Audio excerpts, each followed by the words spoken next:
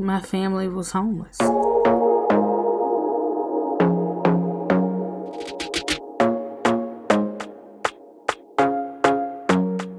So, where do I begin? This is where a lot of our journey has started to want to be more self sufficient.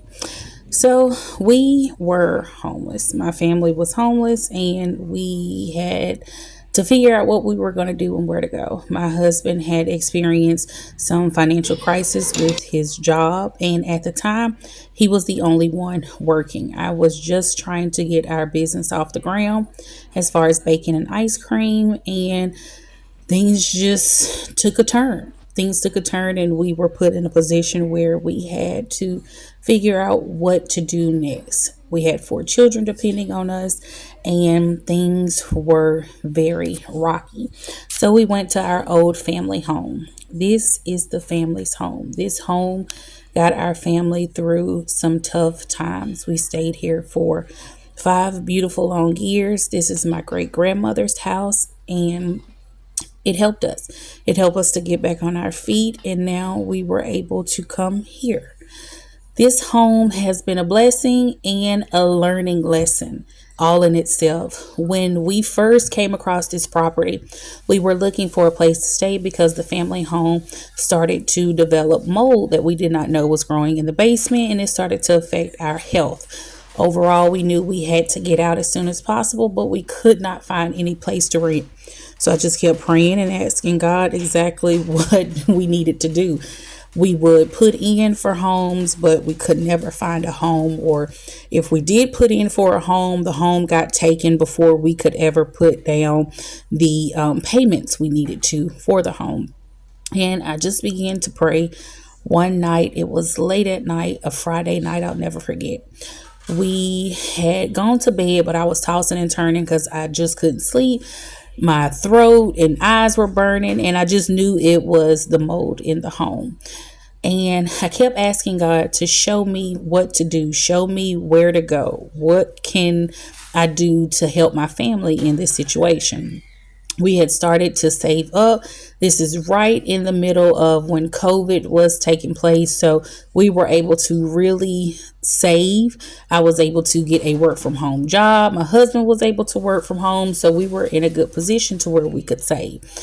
Then we came across the home one Friday night. I woke my husband up and told him that I found a home. And the location of the home, it made no sense. He just did not understand, why would I want to move out that far? It doesn't make sense. It sounds like it's going to be far away. And I kept telling him when I looked on the map that it seemed right in the location that we needed. So we went to go see the house the very next day, and I called the lady and put an offer in for the rental property before it was even seen by us. I kept saying I knew this is where God wanted us to be. We looked into some rent to own options, and I was just ready to move forward. Fast forward, we put in before we could even look at the house, and we were able to get the house. They messaged us just a few, maybe hours after looking at the house, and they were like, hey, we went and put your application, the house is yours, we were going to go ahead and close up the house.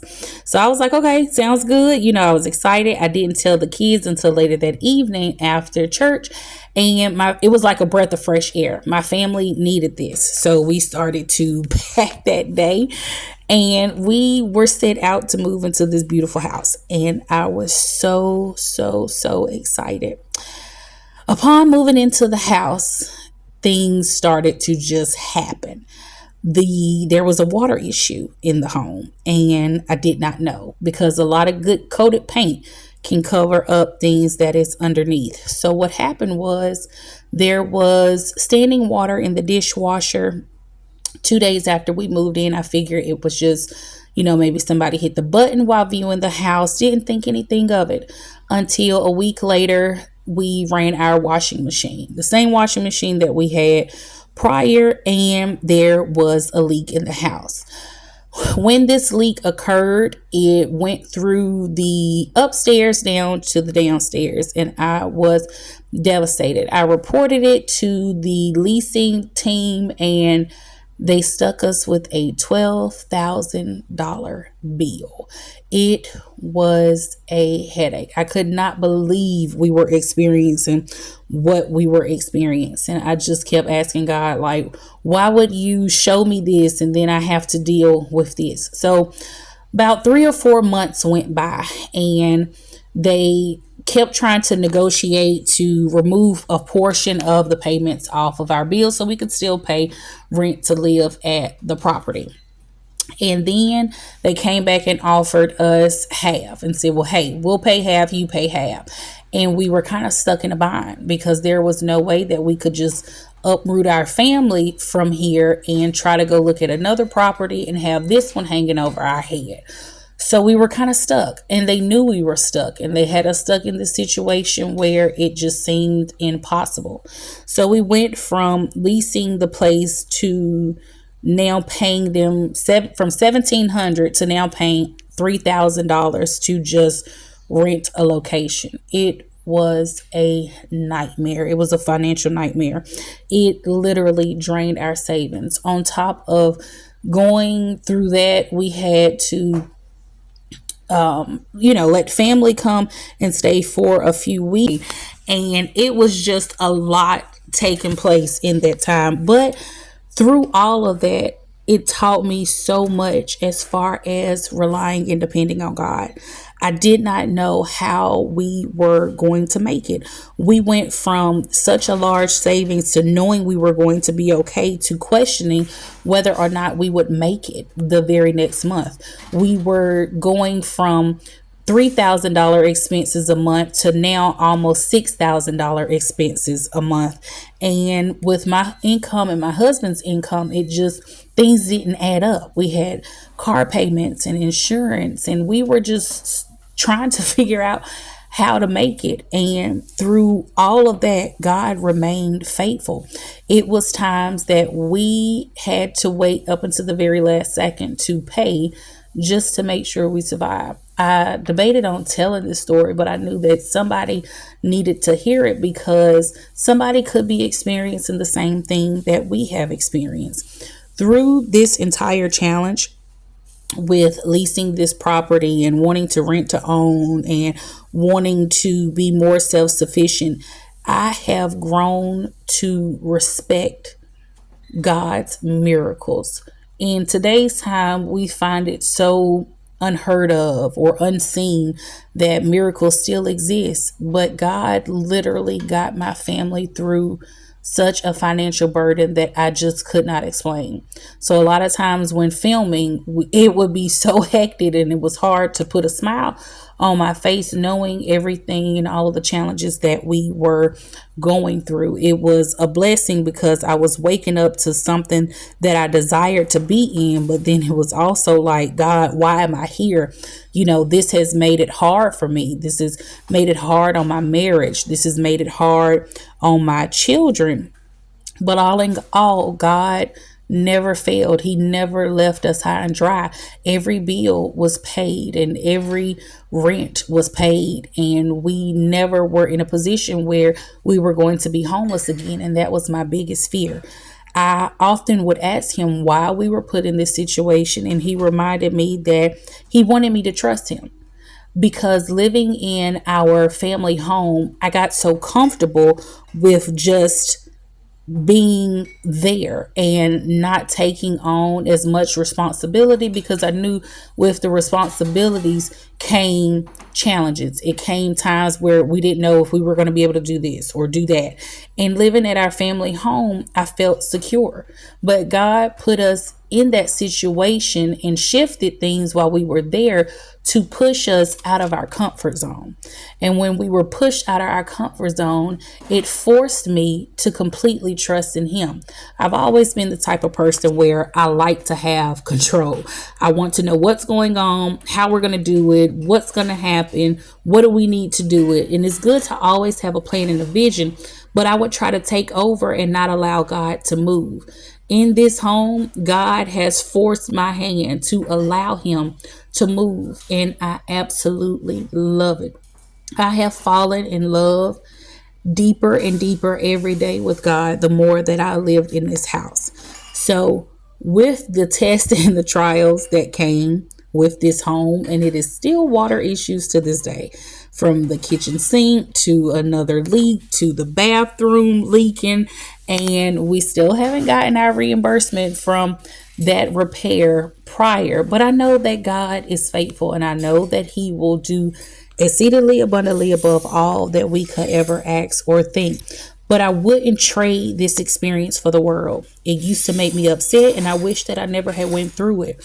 But it drew me closer to Him. It helped me to lean on Him, and it helped me to depend on Him and solely depend on Him. Because sometimes I would even put my husband on a pedestal and expect him to be my God. And yes, I am admitting this. Sometimes I would depend solely on Him when God wanted me to depend solely on Him. And this experience has taught me that it is God, then it is your husband, then it is your family. And I have to do that in that order. And I thank God for this experience in this house. I do pray that the people who are over this property never does another family like it has done us. But at the same time, I pray whoever does take over this property feels the presence of God when they come into this home. This journey has been one of a kind, and it just pushes me more to want to have self-sufficiency. We are desiring so bad to find our land and to build our home and to live out how we want to live out and have property and have homes for our children. So if our children ever get into a crisis, they know that they can always come home. They know that there is always going to be a place for them to lay their heads. They will never wonder if they are going to be able to make it because they have a home to go to. Owning land and having property is the biggest desire. I know that if I have that, that takes a load off of a lot. If you have somewhere that you can live and it's yours and it's paid for, you never have to worry about someone taking it from you or ever being homeless. And that has always been a fear. I don't want to ever be misplaced again. So we set out. We started a journey to look for a property. Even if it's not our forever home, it's a beginning. If we can start here and then get our own, we want to be free of paying a place where you know every year it goes up and it's something that you'll never really own. So you want to be able to have stability for your children. Have your children in a place where they're safe and that they know this is home. And this has been quite a test trying to find the proper place or the land to go to until I had a talk with my mom. I come from a family that has a substantial amount of land, and I never really thought about, what all was out there and if it could even be something for my family.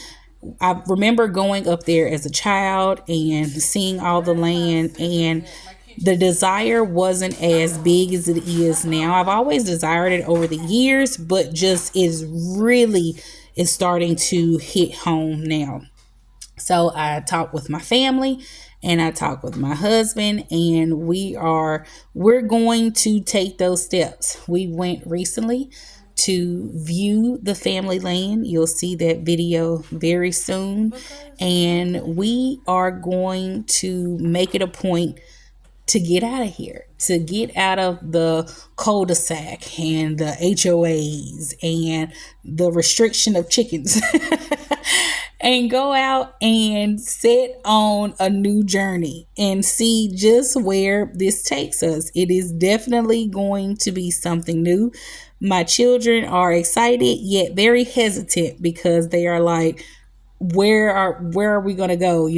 Where's our friends? And we're going to be away from everybody. But like I told them, it will be a good spot for us. It'll be a good spot. It'll be a safe spot, and their friends can come out there and join them anytime, and they will have all the privacy in the world to do the things that they love to do. So I encourage you guys to stick with us in this journey. Follow us as we become more self sufficient and just figure out life together. And I thank you for your encouraging words. I thank you for sticking beside us. I love you guys. Remember to keep God first always and love hard.